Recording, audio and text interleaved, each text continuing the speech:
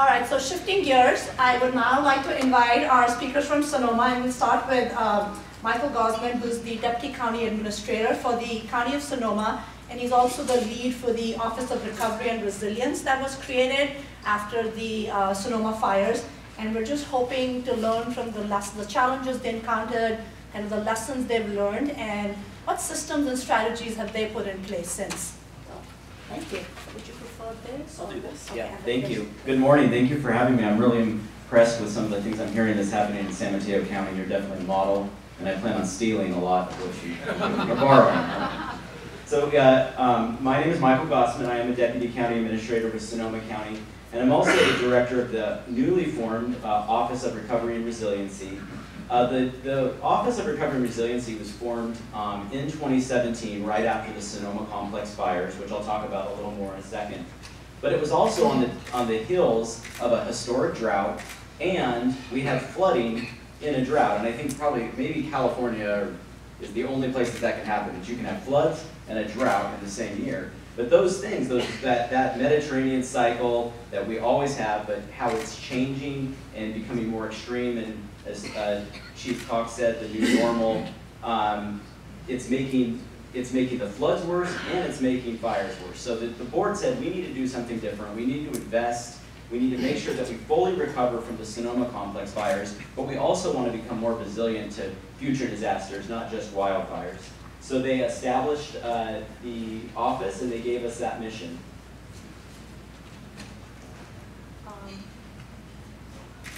Give us a second. Okay, I'll click, and when you hear the click, you push the button. We'll fake them into thinking that it's technology. Okay. I'll keep talking, or do soft shoe. Yeah. I don't know if I can tell my dad. I'm trying to think if I know any clean jokes. I do. That's a joke. All right. Well, I'll talk a little bit about what resilience means to Sonoma County too, because that was something that is a pretty broad. There's a lot of different definitions for resilience, but the long and short of it was we wanted the ability to recover. We chose the definition. We kind of cobbled together some others, but the ability to recover from setbacks. Michael's are all set. Okay, then the next slide.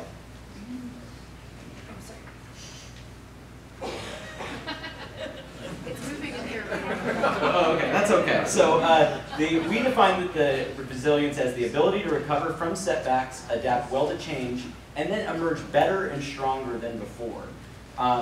We want our long-term goal for Sonoma County to not get back to where we were on October 8th, because we already had a lot of problems on October 8th that were exacerbated by this disaster. We wanted to get better, so we embraced that. On the slide you can't see, there's some images of from the nights of October 8th, and that fire actually burned, the Sonoma Complex fire burned for 3 weeks. And we'd never really experienced anything like that before. It came right into the heart of Santa Rosa, which is, as many of you know, is the 5th largest city in the Bay Area. It's the largest city between San Francisco and Portland, Oregon. So this is kind of, even though in terms of acreage it wasn't the most destructive fire, at the time it was the most destructive fire in California history. We lost something. I'm going to request you not to use the clicker. Just tell us when to move the slide. Let's play it safe. Okay. Thank you. Yes. So we lost 7,000 structures in the Sonoma Complex fires. 24 lives were lost. You can go to the next slide. These are some of the images.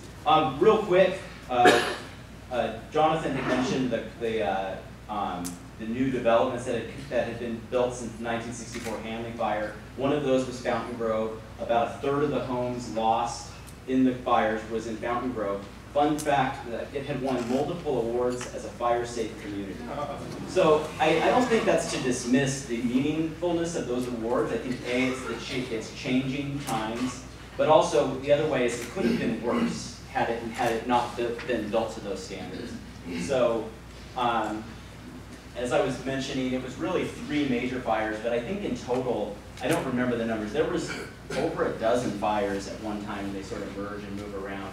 But 110,000 acres burned, 5,300 homes were destroyed, 5% of Santa Rosa's housing stock was lost in the fires at a time when you guys are well aware of the vacancy rates and the housing, affordable housing prices that you face. We face the same thing in the Bay Area, or in the North Bay as well.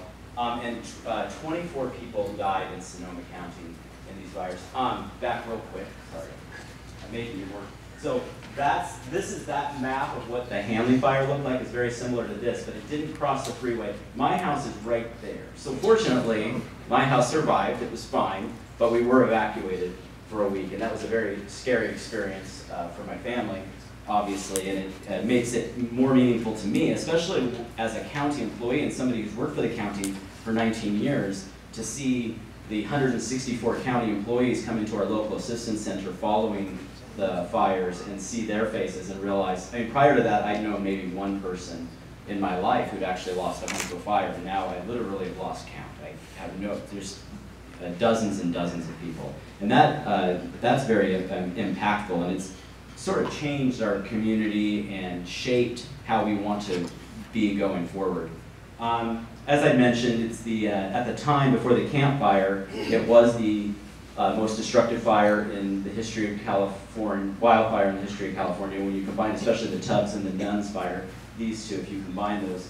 And then what's shocking to me when I look at this slide, it's that it's if you were to chart these, you would almost be an exponential rate of how the fires are growing in terms of destructiveness. And you look at Butte County, 3 times the number of structures were lost in that fire, just 1 year later. And then, of course, this last week we had the floods in Sonoma County. So we're getting really used to, maybe not in a good way, but we're getting better at handling disasters. So right after the fire, we took some immediate actions to start doing things better going forward. One of the things was co-managing a debris removal of, I can't remember the tonnage, but we removed as much debris equal to 2 Golden Gate bridges. It took over a year, and it was a daunting task, but props to FEMA and the Army Corps of Engineers and Cal OES for partnering us with that. It's definitely not something we could have done ourselves, and it took much, much longer than we expected. It certainly had its issues, but we got through it, and now people are starting to rebuild. To date, we only have a little over 200 homes complete out of 5,300, but we've got enough in the pipeline that you can safely say that by the end of this year, we'll be close to halfway through. But that's, of course, that will be it's 2.5 years later. So it takes time to build homes, and there's still a lot of homes that aren't even in the queue yet. And a lot of that has to do with a labor and supply shortage, which is only going to be exacerbated by the Camp Fire, and the insurance issues that we're dealing with. And that's also one of the things that we're working toward, is how to have better institutional reforms with insurance going forward. So going back to the Office of Recovery and Resiliency and why we were established, we set out to create a plan, as I said, that would not only bring us back to full recovery, but would make us more resilient in the future. And if resilience is defined as being better, it's important to ask the community, what does better look like for them? They don't want to ask me, a bureaucrat, to sit down and write what's better. We needed to go out to the community. So we engaged in an almost year-long community engagement campaign. We purposely said, we're not going to get this plan, and there was some criticism for that. We're not going to get this plan done in 2 months or 3 months. We need to sit down, we need to talk to the community, find out what they want to see in the plan, what actions they want to see. So the framework that we developed it's a visionary document. It has a lot of high-level goals, but it also has over 250 distinct actions that the county and county partners are going to do. And one of the things that I get asked a lot when I talk is, especially from people there, is, well, what have you done to make it better? And then I talk about some of the things that we've done as a county, some of the investments they've made, but I always ask too, what have you done? Because this is all of our issue in terms of defensible space, preparedness, the CERT teams, and the things that we can all do. It can't just be government, and it can't just be county government, but it takes everybody. And county definitely has a role in that, and a leadership role, but it takes the whole community. So we have 5 strategy areas that we've organized our framework around. One is community preparedness and infrastructure. What that mostly means is things like evacuation routes and alert and warning systems. The second is housing. I'd already mentioned that we had an affordable housing crisis. We had a couple of economists come in, do 2 separate evaluations and assessments, and they both came to the number of about 30,000 housing units that we would need to build to bring our housing market back into balance. So that's a lot of housing, considering we were on track to maybe build 5,000 over the next 5 years. We have a big task ahead of us, and we're trying some collaborations with our city partners to make that happen. The economy, making sure that our economy fully recovers from the fires and becomes more resilient in the future. And importantly, safety net services, caring for the people who often get left behind in a disaster, and sometimes they don't have as much of a voice. Property owners are often more advantaged after any disaster, and so trying to ensure that those folks that are the most vulnerable in our community aren't left behind. And then natural resources, that's ensuring that our natural resources are protected, but also protecting us from the natural environment in terms of, like I said, vegetation management, defensible space. So those are the 5 things that we organized around. The purpose of the framework was to affirm the vision that we'd already had, outline how we were going to engage with the community and make that, state that explicitly, that we were going to work with the community to design these things, describe the implementation approach, promote inclusive planning and coordination, and then encourage the whole community to increase resilience. It's not an exhaustive list of every action. It's not something that we want to set on a shelf and not look at and not update. And it's not a detailed implementation plan. Each of those actions is going to have their own implementation plan, and it's not a replacement for other plans like the general plan and other important strategic plans that the county has. I talked about the community engagement that we had.